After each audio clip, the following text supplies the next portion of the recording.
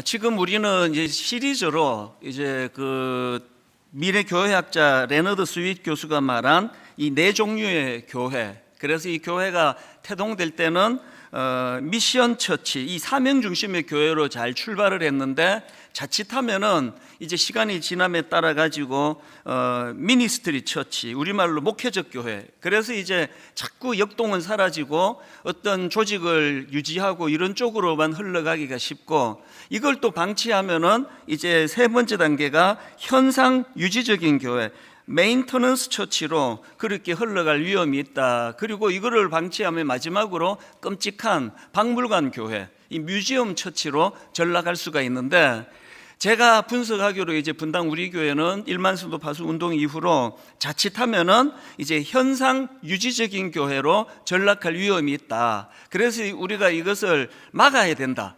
그래서 제가 지금 시리즈로 이제 대안을 몇 가지로 지금 나누고 있는데요. 지난 시간에 우리가 그 첫 번째 대안으로 이제 말씀을 묵상하는 교회, 이걸로 우리가 거듭나야만 현상 유지적인 교회로 전락하지 않을 수 있다. 그래서 이제 이 한 구절 묵상을 전 교회적으로 이제 강조했는데, 여러분 지난 한 주간 이거 주중에 한 번 이상은 다 펴보셨죠? 이게 자신이 없네. 이러시면 안 되는데, 제가 옛날에 청소년 사회 갈 때는요, 이거 안 한 애들 다 일어나봐. 그리고는 막 손들어 막 그러고 야단치고 했는데, 뭐 어른들한테는 그러시면 안 되잖아요. 그러면 안 되잖아요. 그래서 그냥 일어나세요. 그러니까 한 번도 안 하신 분 자리에서 일어나셔서 손을 드세요. 이거는 제가 농담이지만 각인을 시켜드리고 싶어요. 그래 이걸 막 완전히 습관화시키는 이런 시간이 좀 걸린다 할지라도 적어도 정말 한 주일에 한 번, 두 번 이렇게 펼쳐서 말씀을 묵상해야 된다. 그래서 뭐 무슨 대형 이벤트 아무리 많이 해도요, 구성원들이 우리가 성경 안 읽고 묵상 안 하면 그 교회는 절대 좋은 교회가 될 수 없다. 그래서 이게 첫 번째 대안이고요. 이제 오늘은 두 번째 대안으로 이제 분당 우리 교회가 현상 유지적인 교회로 전락하지 않기 위해서는 모이기를 힘쓰는 교회가 돼야 된다. 이 두 번째 대안입니다. 모이기를 힘쓰는 교회. 이게 왜 대안이 되느냐? 또 이런 질문이 나올 수 있지 않습니까?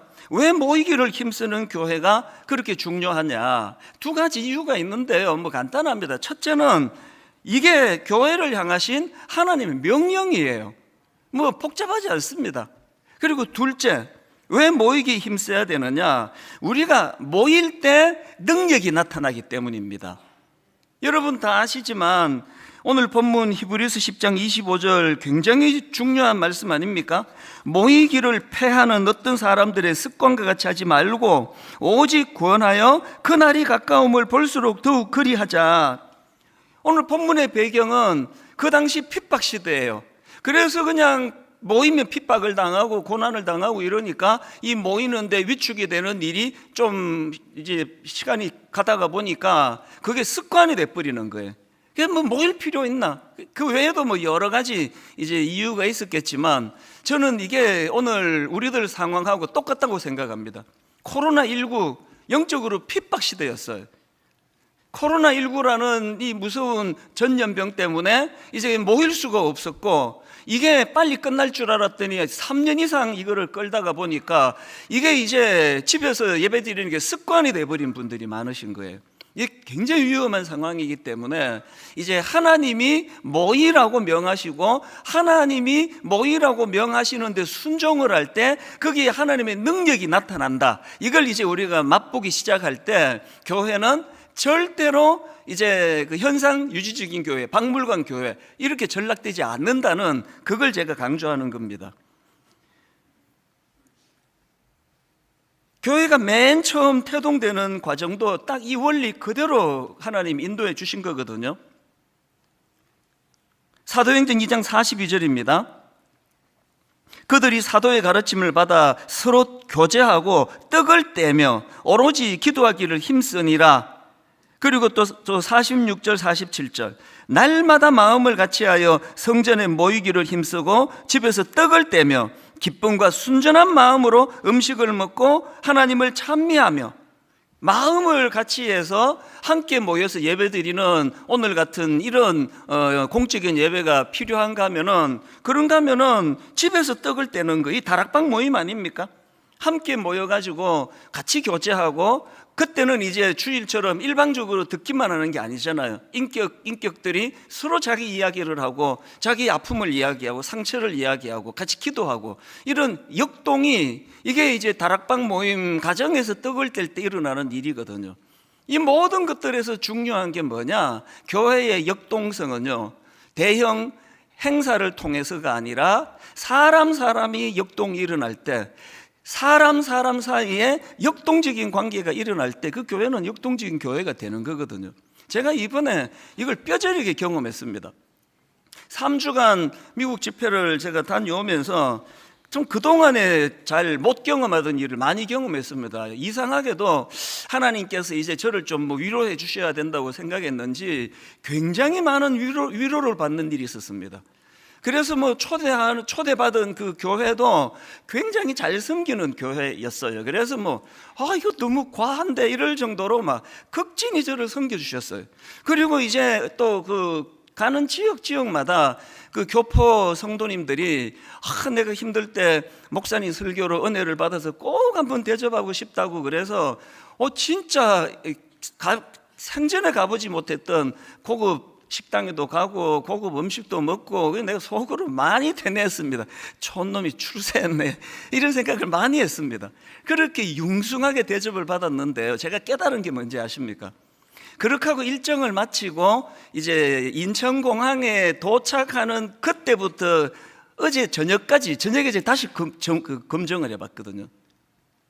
희한한 일이에요. 어떤 면에서는 이제 인간적으로 생각하면은 와, 그때 달라스에서 먹었던 그 고급 식당 이제 다음에 한번 가서 한번 더 먹어야 되겠다. 음식 진짜 좋더라. 고기 연하더라. 이런 생각이 날 것 같은데요. 인천공항에 딱 내리는 순간부터 떠올려 봤어요. 그게 안 떠올려지는 거예요. 어떤 고기였고, 어떤 음식이었고, 어떤 레스토랑이었고, 이거는 생각이 안 나고, 이 부족한 저의 말씀을 듣고 은혜 받았다고 대접하는 그 성도님의 마음만 자꾸 떠오르는 거예요. 그게 너무 부족한데, 아닌데, 하나님이 나를 이렇게 우대해 주셨다. 그 대화 나누었던 그 사람과의 대화가 자꾸 떠오르는 겁니다. 그리고 특히, 제가 이제 마지막 코스로 뉴욕에 갔을 텐데, 거기 갔더니 이제 너무나 이제 간절히 저를 만나기를 원하는 부부가 있었습니다. 그래서 제 아는 지인을 통해 가지고 정말 짧은 시간이라도 한 번만 만났으면 좋겠다고, 그래서 그분을 만났거든요. 절실하게 만나기를 원하면 짐작이 가죠. 이분이 이제 원래 자기가 섬기던 교회는 다른 주에 있었는데 이사를 한 겁니다. 그래서 이제 이사를 하고 다니던 교회에서 부부가 얼마나 충성스러운지 모릅니다. 거의 제가 보니까 거의 준 목회자 수준이에요. 그렇게 교회를 충성스럽게 섬겼는데, 또 이제 이런 분들은 교회에 또 피해가 갈까봐 또 구체적인 얘기를 안 하세요. 그래서 누구를 또 이제 험담하고 교회를 또 험담하게 될까봐 그러는지 자세한 이야기를 안 하시는데 딱 그 느낌이 오잖아요. 교회에서 상처를 받은 거예요. 그래서 이제 그 교회에 더 있지 못하고 교회를 나오고 나니까 제 설교를 쭉 듣다가 보니까 꼭 이제 제가 그 지역 간다는 소식을 듣고 만나서 위로를 받고 싶었던 겁니다. 진짜 그 아내 되시는 분 많이 우시더라고요. 그래서 제가 그 마음이 아팠습니다. 그래서 제가 이분 말씀이 지금 이런 분들이 몇 분 더 계시다는 거예요. 한국으로 돌아오기 전날 시간을 이렇게 조절하고 해서 한 번 더 만나자 그랬죠. 내가 위로해 드리고 싶다고. 그래서 그분들 만나가지고 너무 귀한 분들이 한 분 한 분 어떻게 충성했는지 그런 이야기를 듣고 제가 또 위로도 해드리고 그렇게 마쳤는데요. 어제 저녁에 다시 점검해 봤어요. 내가 지금 어떤 상태인가? 희한하게도요. 고급 레스토랑에서 먹고 어디 구경 가고 좋은 데서 이런 것들이 아무리 떠올리려고 애를 써도 떠올려지지가 않아요. 그리고 남아있는 건 사람밖에 없는 거예요. 그래서 제가 만약에 이제 미국 한 번 더 가면 내가 그 식당 꼭 가야지 이런 생각 추호도 없고요. 한번 갔으면 됐지 언제 또 그렇게 고급 또 가겠냐고. 사람이 자꾸 떠오르는 겁니다. 그리고 그 두 번에 걸쳐서 만났던 그분들이 너무 제 마음에 이렇게 자리를 잡는 걸 보면서 제가 이번에 뼈저리게 깨달은 게, 예수 믿는 우리는요, 고급 식당이요, 무슨 고급 호텔이 우리에게 절대로 위로가 되지 못한다는 거예요. 그거 정말 도움이 되는 게 아니에요. 이게 제가 새로 다짐했습니다. 교회가 막 엄청난 돈을 들여가지고 대형 행사하고 이벤트하고 이걸로는 절대로 교회가 성도님들에게 위로를 주지 못한다는 거예요. 결국 남는 건 사람이에요, 사람. 그 사람과의 만남 속에서 제가 참 위로해 드리자고 모이라 그랬지만 그분들에게서 너무나 많은 공급을 받고 참 그 자세를 배우고 이런 것들이 분당 우리 교회가 추구하는 아름다운 교회의 모습인데요. 여러분, 이런 모든 일들이 일어나려면 어떻게 해야 됩니까? 모여야 되는 거예요. 모여야. 그 집에서 혼자 해갖고는 이런 일이 일어날 수가 없는 거거든요. 왜 모이기에 힘써야 되는지 여러분 아시리라 생각을 합니다. 그래서 이제 앞에서 설명해 드린 것처럼 우리가 그런 변질된 교회가 되지 않기 위해서는 모이기에 힘쓰는 교회가 돼야 되는데, 아까 설명드린 첫 번째는 그냥 하나님 명령이에요. 모이기에 힘쓰는 교회가 건강한 교회입니다. 이유 없습니다. 그런가 하면은 두 번째 이유 뭐라 그랬습니까? 모여야 하는 두 번째 이유는 모일 때 하나님의 능력이 나타나기 때문이에요. 마태복음 18장 19절 20절 예수님이 친히 하신 말씀입니다. 진실로 다시 너희에게 이르노니 너희 중에 두 사람이 땅에서 합심하여 무엇이든지 구하면 하늘에 계신 내 아버지께서 그들을 위하여 이루게 하시리라. 두세 사람이 내 이름으로 모인 곳에는 나도 그들 중에 있느니라. 혼자서 묵상하고 기도하는 거 참 좋은 일이에요. 그러나 공동체로 함께 모일 때, 우리가 함께 모여 주님 이름으로 구할 때, 그래서 여러분 어떤 답답한 문제를 가지고 씨름하시면은요, 그 문제를 가지고 새벽에 홀로 하나님 앞에 기도하는 것도 좋은 대안이지만 공동체에서 나누어야 돼요. 예전에 초창기에 우리 교회 다락방, 그때는 또 많지가 않았으니까요, 제가 다락방 방문을 수시로 했거든요. 참 제가 놀라운 걸 많이 목격했습니다. 한 10교회 10다락방을 방문하면요, 한 5다락방 6다락방은 제가 가면 울고 있어요. 이제 끝날 무렵에, 방해가 안 되도록 이제 끝날 무렵에 제가 가니까 제가 이상하게 이 다락방마다 왜 이렇게 울지? 그 순장님이 그 두들겨 패나? 이상하게 이렇게 우세요. 그 왜 그렇습니까? 두세 사람이 모인 그곳에 자기의 아픈 기도 제목을 내고 같이 기도하고 함께 이런 것들을 해결해 나가니까 은혜가 되는 거예요. 은혜가. 초대교회가 태동되는 과정에서도 이 원리는 그대로 적용이 됐습니다. 사도행전 2장에 보면은 너무나 아름다운 교회가 태동이 되는데요, 바로 그 앞에 성령의 강한 역사가 일어나잖아요. 그게 어떠할 때에 성령의 역사가 일어났느냐, 맨 먼저 나오는 사도행전 2장 1절 2절입니다. 언제 성령의 역사가 일어났습니까? 1절을 보십시오. 오순절 날이 이미 이르매 그들이 다 같이 한 곳에 모였더니, 그들이 다 같이 한 곳에 모였더니 호련히 하늘로부터 급하고 강한 바람 같은 소리가 있어 그들이 앉은 온 집에 가득하며, 성령 충만은요, 이렇게 갈망하는 믿는 사람들이 함께 모여있는 그 자리에서 시작이 됐다는 사실이에요. 저는 분당 우리 교회가 정말 시간이 가도 변질되지 않기를 바라고, 박물관 교회 같은 이런 일은 뭐 30년 주기로 온다고 그러지만 분당 우리 교회는 이 학자들의 분석이 무색할 정도로 항상 뜨거운 교회가 되기를 원합니다. 어떻게 하면 된다고요? 모여야 되는 거예요. 모여서 그냥 뭐 주식 이야기나 하고 뭐 이번에 뭐 집 산 이야기하고 그러면 아무 소용이 없고요. 갈망해야 돼요. 모여서 하나님 앞에 같이 기도 제목을 나누고 같이 하나님 앞에 아픔을 드러내고 같이 꿈을 꾸는 겁니다. 이게 모여야 하는 거, 그 함께 모여야 하는 거. 이거 구약도 마찬가지거든요. 구약에서 이제 타락해가지고 영적으로 어두워질 때, 그 나라가 이스라엘이 위기를 만나고 할 때 하나님은 어김없이 이제 지도자를 보내서 그것들을 또 회복시켜 주시는데요, 사무엘도 마찬가지입니다. 하나님이 그 어두운 시대에 위기를 만난 그 상황에서 지도자로 사무엘이 등장을 하는데, 그가 부흥을 위하여 먼저 한 일이 뭐냐? 그게 사무엘상 7장 5절 6절입니다. 한번 보십시오. 사무엘이 이르되 온 이스라엘은 미스바로 모이라. 내가 너희를 위하여 여호와께 기도하리라 하매 그들이 미스바에 모여 물을 길어 여호와 앞에 붓고 그날 종일 금식하고 거기에서 이르되 우리가 여호와께 범죄하였나이다 하니라. 회개가 터져 나왔고요. 그래서 이제 사무엘이 미스바에서 이스라엘 자손을 다스리는데 부흥의 역사는 모이는 것으로 시작한 겁니다. 제가 이 구절을 읽으면서 막 마음에 충동이 느껴져요. 저도 선포하고 싶어서 분당 우리에게 모든 성도님들 서현동으로 모여주시기 바랍니다.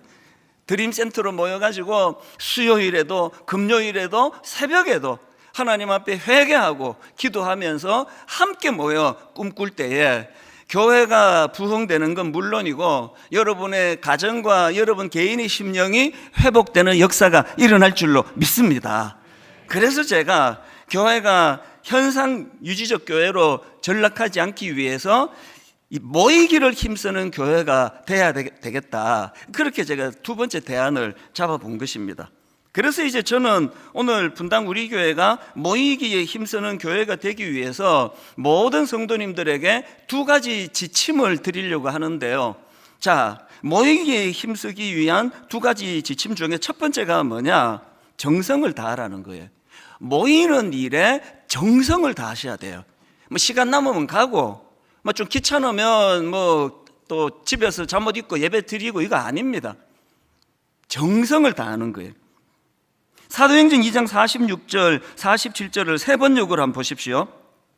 그리고 날마다 한 마음으로 성전에 열심히 모이고 집집이 돌아가면서 빵을 떼며 순전한 마음으로 기쁘게 음식을 먹고 하나님을 찬양하였다. 여기 보니까 이 초대교회의 역동성은 두 가지로 일어나는 겁니다. 하나는 오늘같이 온 회중들이 다 같이 모여 함께 찬양하고 함께 예배하는 이런 현장이 너무나 역동적이었고요. 그런가 하면 여기 표현이 너무 참 적나라하지 않습니까? 집집이 돌아가면서 빵을 떼고, 이 다락방이에요. 여러분, 다락방 모임을 교회에서 모이는 건 그거는 한 3분의 2쪽짜리예요. 다락방의 온전한 기능은 집을 돌아가면서 모이는 겁니다. 자기 집을 오픈하고. 그래서 여러분 또 다락방 하면 좋은 게요, 손님 오시면 온 집안이 다 뒤집어져. 대청소. 저도 한 번씩 이제 교회 일 마치고 집에 왔다가 잘못 왔나? 이럴 때가 있는데 어김없이 낮에 손님이 다녀간 날이에요. 그게 참 좋은 일이라서 손님 좀 자주 모시면 좋겠다고 온 집을 대청소하고. 부작용은 있죠. 농문 열도 옷이 쏟아지고 뭐 이런 부작용은 있는데요, 자꾸 이제 초대하는 거예요. 여건이 좀 안 되시더라도 이 보세요. 이게 집집이 돌아가면서 빵을 떼고 순전한 마음으로 기쁘게 음식을 먹고. 화려한 음식 하는 거 우리는 반대해요. 또 어려운 분들이 이것 때문에 위축될까 봐. 그러나 뭐 김밥 한 줄을 같이 내더라도 기도하면서 아버지, 이게 지금 초대교회에서 일어났던 기쁘게 음식을 먹고 하나님을 찬양하는 도구가 되기를 원합니다. 여기에 뭐가 들어갑니까? 정성이 들어가요. 정성을 다하는 겁니다. 아주 오래전부터 우리 교회에서 순장사역을 하신 분이 계신데요, 제가 최근에 이분에게서 그 순장사역 얘기를 듣다가 굉장히 감동을 받았습니다. 이 순장님은 부부가 하모니를 이루세요.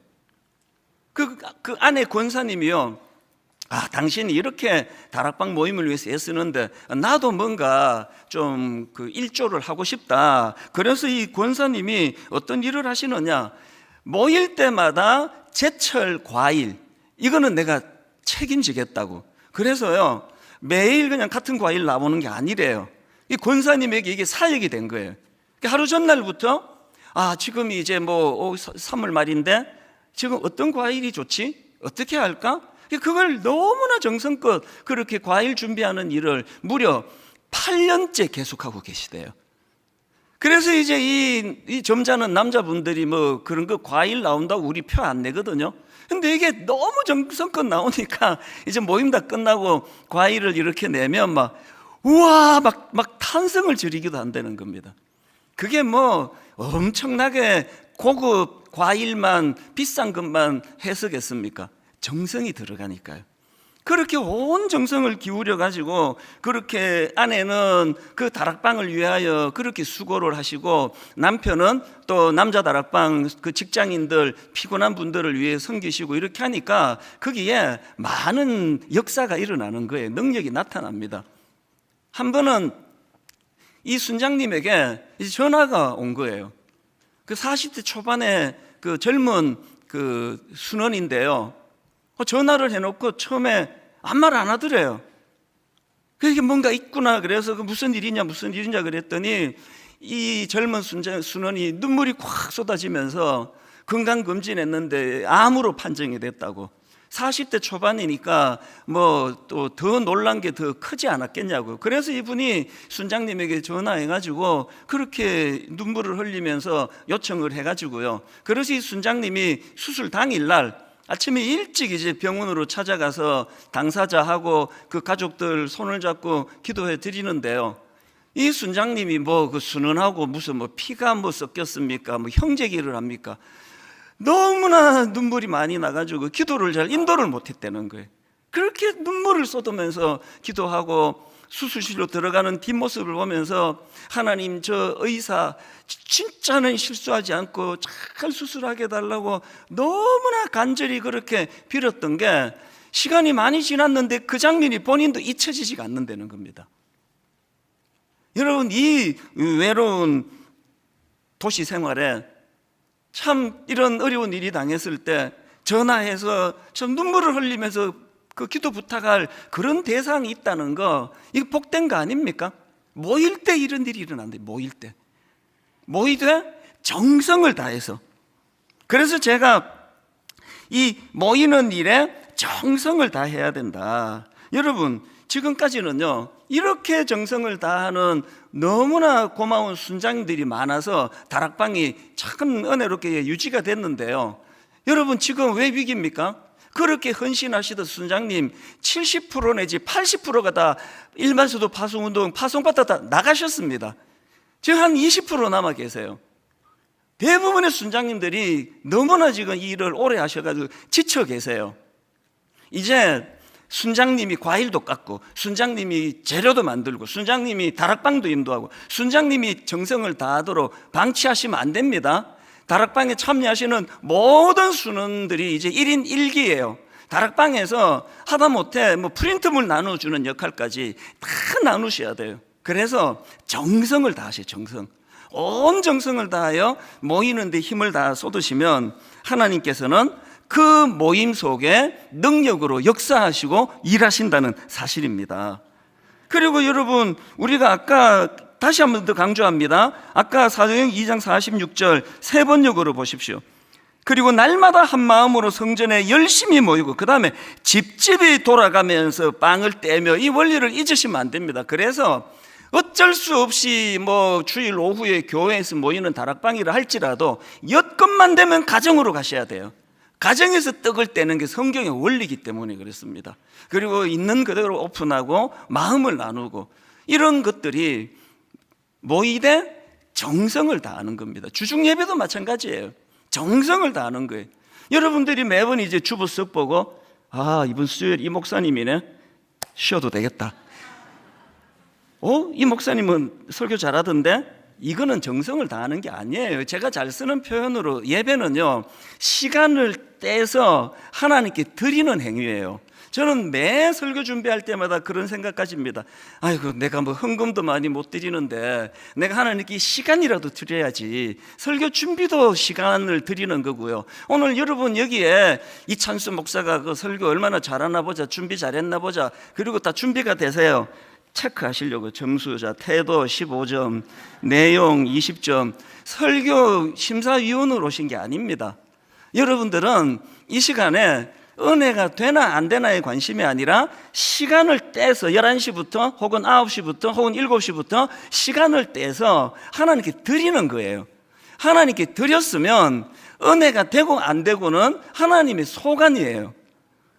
이렇게 자꾸 계산적으로 나가는 사람에게는 은혜가 쉽지가 않잖아요. 정성을 다하는 겁니다.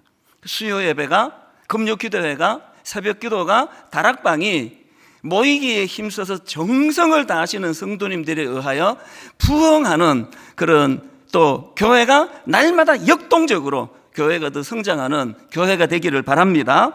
이게 첫 번째 지침이에요. 그런가 하면 두 번째 지침, 모이는 게 중요한데요, 해야 할 일이 있습니다. 그게 뭐냐? 모일 때마다 뭘 해야 되느냐? 서로 격려하라는 게, 격려. 오늘 본문에서 제일 많이 등장하는 표현이 그거예요. 격려하라. 자, 25절 세 번 얘기입니다. 어떤 사람들의 습관처럼 우리는 모이기를 그만하지 말고 서로 격려하여 그날이 가까워 오는 것을 볼수록 더욱 힘써 모입시다. 24절 서로 돌아보아 사랑과 선행을, 또 여기 뒤에도 나오죠, 격려하며. 그런데 이 격려의 지금 강조가 뭐냐? 서로 돌아보는 거래요. 여기 나오는 돌아보아, 이게 헬라어로는 카타노오멘이라는 단어예요. 이 카타노오멘이라는 단어는 이 단어가 또 쓰여진 데가 한 군데 더 있는데요, 이 카타노오멘이라는 이 단어가 히브리서 3장 1절에도 나옵니다. 그러므로 함께 하늘의 부르심을 받은 거룩한 형제들아, 우리가 믿는 도리의 사도시며 대제사장이신 예수를 깊이 생각하라. 여기 나오는 깊이 생각하라, 이게 카타노멘이에요. 그러니까 지금 아까 우리가 그 성도들을 서로 격려하되 서로 돌아보아. 어떻게 격려하라고요? 우리가 예수 믿는 사람이면 당연히 이 한 구절 묵상을 가지고 예수님을 묵상하듯이, 깊이 있게 묵상하듯이 그 마음으로 상대를 격려하라는 거예요. 그래서 입에 발린 말로 그냥 상대방의 사정도 모르면서 뭐 아이고 뭐 축복 받으세요, 뭐 힘내세요, 잘 지내세요, 그런다고 잘 지내집니까 그게? 우리가 격려하되 우리가 예수님을 깊이 묵상하는 그 정신으로 그 상대방의 상황과 사정을 깊이 생각하는 거예요. 이분이 지금 이게 어려울 것 같은데 그걸 놓고 우리가 기도하고, 만나면 또 그 사실로 위로해주고 격려해주고. 사람은요, 지적해서 고쳐지는 존재가 아니라고 제가 노래를 부르잖아요. 지적해서 고치지 않습니다. 다락방이 맨날 그 지적만 많고, 우리 순장은 이게 문제야, 우리 수는 김 집사는 저게 문제야, 박 집사는 또 이게 문제야, 이래갖고 다락방이 부흥하지 않아요. 격려해 주는 거예요. 하나님, 우리 순장님이 참 이런 어려운 여건 속에서도, 혹은 좀 이런 연약한 부분이 있음에도 불구하고 오늘도 우리를 위하여 헌신하시는데, 아버지, 순장님이 많은 신령한 주님의 위로가 있기를 원합니다. 서로 격려해 주는 거예요. 저는 우리 교회가 정말 그래서 아까 40대 초반에 암 발병한 그 젊은 순원이 왜 자기 형제도 있고 부모도 있고 한데 왜 이 순장님에게 전화를 했겠냐고요. 왜 그랬을까요? 많은 격려가 있었을 거 아닙니까? 위로받고 싶을 땐 형제를 찾는 것보다 그 공동체의 믿음의 식구들을 찾는 이런 교회라면 어떻게 그 교회가 침체할 수 있고 박물관 교회, 현상 유지적인 교회가 될 수 있겠냐고요. 그리고 여러분, 더 중요한 게 뭐냐, 이런 그 만남을 통해서 서로가 격려가 넘치는 것도 중요하지만 진짜 격려자 되시는 예수 그리스도의 위로와 격려를 많이 받는 모임이 되셔야 됩니다. 제가 이번에 뉴욕에 갔을 때 또 참 그 과분한 대접을 받았는데, 제 조카가 뉴욕에 살아요. 얘는 저하고 이제 나이 차이도, 제가 막내다 보니까 나이 차이도 많이 나지 않고요. 그렇게 어릴 때부터 저를 많이 위해주는 조카인데, 이 조카가 이제 처음으로 부부가 이제 제 아내랑 같이 간다는 소식을 듣고, 그 브로드웨이의 뮤지컬 있지 않습니까? 라이언 킹. 이걸 굉장히 비싼 걸 2장을 예매를 해서, 비싸갖고 자기는 안 들어가고 옛날에 봤다 그러면서, 그래서 둘을 이제 넣어줬는데요. 사실 제가 좀 거만했어요. 뭐 브로드웨이 뭐 뮤지컬 가는데 뭐 인간이 하는 게 다 거기서 그것이 뭐가 다르겠어. 그러면 제가 아주 거만하게 팔짱 끼고 기다렸어요. 보니까 뭐 또 사람이 또 막, 이게 지금요 한 극장에서 22년째 공연을 하는데 그날도 거의 만석이었습니다. 근데 되게 거만하게 얼마나 잘했길래 보자 팔짱 끼고, 그 예배에 가끔 그런 분이 계세요. 뭐 지가 설교를 잘하면 뭐 얼마나 잘하나 보자, 뭐 이런 분이 가끔 계시는데 제가 그랬습니다. 그래서 이제 제가 그 앉아가지고 거만하게 있었는데요, 연극이 뮤지컬이 시작이 되고 5분 만에 무장 해제가 됐습니다. 풀고 겸손히, 와, 뮤지컬이 이렇게도 되는구나. 한번 보세요. 뭐 한 극장에서 22년을 공연해 놓으니까요, 무대와 출연하는 그 출연자들과 조명과 또 음향과 악기와 또 노래 하모니, 전 처음부터 끝까지 이렇게 완벽한 걸 제가 들어본 적이 없습니다. 전율이 느껴지는 거예요. 근데 내가 집에 와서 가만히 분석을 해봤습니다. 내가 이렇게 거만하게 시작했는데 왜 이렇게 내가 무장해제됐지? 주인공?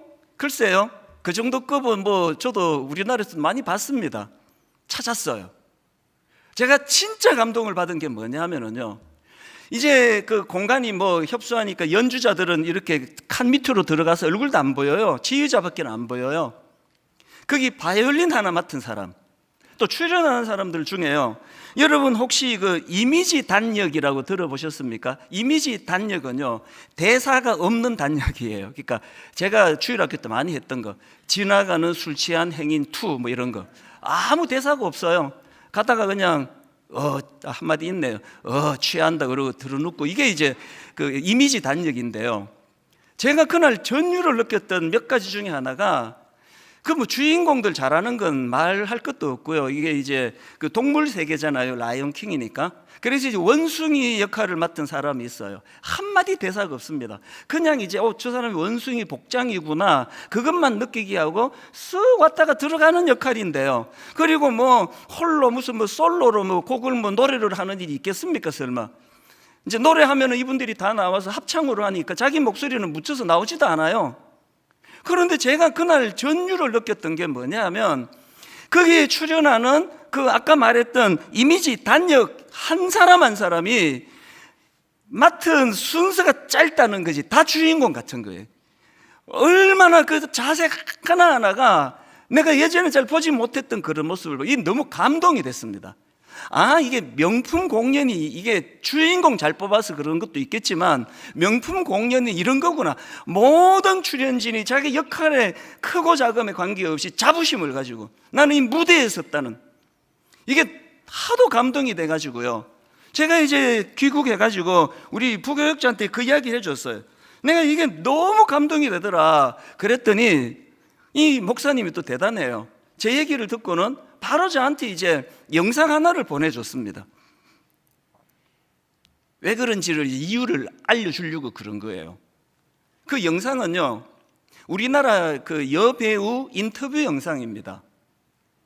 이게 너무 또 저를 감동시켰네요.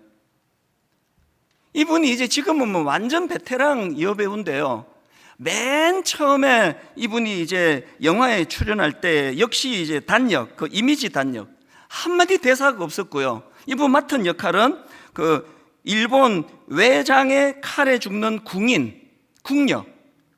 그래서 이제 뭐 그냥 칼로 쑥 빼면 쓰러지는 게 다예요. 이 여배우 생각에 이거 뭐 이런 시시한 거 맡았는데 뭐 이렇게 생각 없이 갔대요. 그렇게 하고 촬영을 다 끝냈는데요, 그 중간에 감독이 자기를 앉히더니 그 눈을 보면서 연기 지도를 해주더라는 거, 이렇게 얘기하는 겁니다. 그 장면이 굉장히 공포스러운 장면 아니겠습니까? 지금 외놈이 왔죠? 그 외놈이 칼을 들이대죠? 어떠세요? 두렵지 않으세요? 그 대사도 없는데 그 지문 하나하나를 읽으면서 감정을 집어넣어 주는데, 이 초보 여배우가 너무 감동을 받은 겁니다. 그래서 이 여배우 하는 말이, 그날 그 짧은, 그건 뭐 긴 시간 했겠습니까? 그 이름 대면 아는 유명한 감독이거든요. 그 명장 감독이 짚어주는 그 몇 가지 해주는 그날이 자기를 연기의 새로운 장을 열어줬다.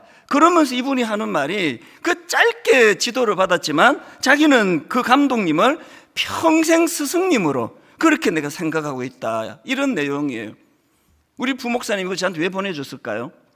여러분 그 브로드웨이에서 공연했던 라이온 킹이 왜 완벽한 작품이 될 수 있었냐 하면은 그 이미지 단역조차도 내가 출연하는 시간이 짧은 거지 내 존재가 단역 아니다, 그런 마음을 가지고. 그래서 여러분 혹시 언성 히어로라는 예전에 제가 한번 언급했던 그 표현을 아실지 모르겠는데요, 사전을 찾아보면 언성 히어로는 보이지 않는 영웅 이런 뜻입니다. 언성, 보이지 않는, 언성 히어로, 보이지 않는 영웅 이런 뜻인데요, 남들 눈에 잘 띄지는 않지만 묵묵히 꼭 해야 할 일을 하는 사람, 이 사람이 언성 히어로예요.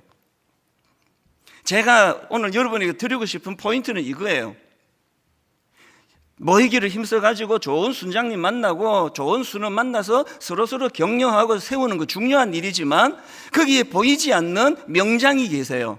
보이지 않는 명장 예수 그리스도가 그 모이는 그곳에 함께 하신다 그랬잖아요. 우리가 인간에게 위로받는 거 좋아요. 그러나 참 내버려두면 그냥 그 말 한마디 대사 없이 이미지 단역, 그냥 뭐 칼로 베면은 쓰러지는 역할밖에 할 수 없는 그런 초라한 생각을 갖기 쉬운 인생이지만, 오늘도 명장 되시는 예수 그리스도는 그분에게 늘 격려해 주시고 지도해 주시면서 우리가 언성 히어로가 되기를 원하시는 겁니다. 역할은 네가 사수할지 모르지만 너는 보이지 않는 영웅으로 살아라. 사람들은 널 어떻게 평가할지 모르지만 너는 남들 눈에 잘 띄진 않지만 묵묵히 꼭 해야 할 일을 하는 그런 사람으로 자리 잡기를 원한다. 모일 때마다 여러분, 하나님은 저같이 오늘 막 다 저를 주목하는데 설교하는 이런 역할을 맡은 사람만 주님은 주목하지 않으세요. 그 건강한 교회 아닙니다. 여러분 한 사람 한 사람을 주목하고 계시는 오늘 주님의 그 지도가 여러분에게 일어날 때 여러분도 격려를 받을 수 있다는 사실이에요. 그래서 저는 사실 지난번에 말씀드렸나요? 우리 교회의 교육전사 파트타임 신학교 1학년 부임하면 모아놓고 항상 이야기를 놓치지 않습니다. 당신이 학교 다니느라고 시간을 많이 못 내니까 시간의 파트타임이지 존재의 파트가 아닌 걸 끼지면 안 된다. 네 인생 자체가 엑스트라가 아니라고. 너와 함께 섬기는 전임 목사님이 혹시라도 너를 존재의 파트로 무시하고 그 따까리 같은 일만 시키면은 반드시 나한테 그 내용을 알려줘라. 내가 시정해 주겠다고. 왜 그렇게 합니까? 이게 교회이기 때문이에요. 분당 우리 교회가 부흥하려면 목사 한 사람 각성해서 되는 게 아니고요, 여러분 모두가 은혜 받으셔야 돼요. 그래서 언성 히어로예요. 여러분 우리 그 명작 중에 명작이라 22년 동안 한 작품을 지금 한 극장에서 공연하는데도 여전히 매진할 수밖에 없는 그런 위대한 작품이 나올 수 있게 된 건 거기에는 너무나 많은 언성 히어로 출연자들이 있기 때문이다. 결론을 저는 오늘 이렇게 맺기를 원합니다. 제가 미국 처음 이민 갔을 때요, 언성 히어로가 되기를 원했으면, 그때는 물론 이런 용어도 몰랐지만요, 저는 그때 만 21살 나이에 예배가 끝나면 방황하는 우리 중고등부 애들, 그때 제가 그 폭스바겐 그 풍뎅이 차보다 조금 더 큰 차예요. 그러니까 옛날에 우리나라로 하면 프라이드 같은 작은 차예요. 거기에요, 많을 때 7명, 6명, 7명씩 태웠습니다. 그 애들을 데리고 맥도날드로 데리고 가가지고 그 진짜 경제적으로 가난하고 없던 그 살림에 얘들 3억이는 돈 아끼지 않았습니다. 교회가 그걸 전혀 모르고 있었죠. 주일 오후에 걔들 교회에 모아가지고 그렇게 제가 일들을 했더니, 첫째, 하나님이 저에게 기쁨을 주셨고요. 그 돈 쓰는 게 그렇게 행복하더라고요. 영어도 안 통하는데. 그 미국에서 태어난 애들 뭐 한국말 그 당시에는 잘 못했기 때문에. 둘째, 하나님이 갚아주셔요. 제가 오늘 여러분 언성 히어로가 되기 위해서 교회에서 그 작은 섬김을 했더니 오늘날 제가 교회에서 누리는 영광은 이루 말로 다 못하잖아요. 이 촌놈이 이건 뭐 자다가 벌떡벌떡 깨요. 저는 너무너무 감격이 돼가지고. 여러분 이제 다락방이 오픈이 되고 주중에 예배가 오픈이 될 때 언성 히어로가 되어주세요. 순장 예배만 맡겨놓지 마시고 함께 같이 꿈을 나누고 수고스럽지만 가정을 오픈하고 떡을 떼고 기뻐하고, 그래서 분당 우리 교회는 절대로 현상 유지적인 교회로는 전락할 수 없다. 왜? 수많은 언성 히어로들이 교회를 지키고 있기 때문이다. 이 꿈을 꾸는 주님의 자녀들 되시기를 주님 이름으로 축복합니다.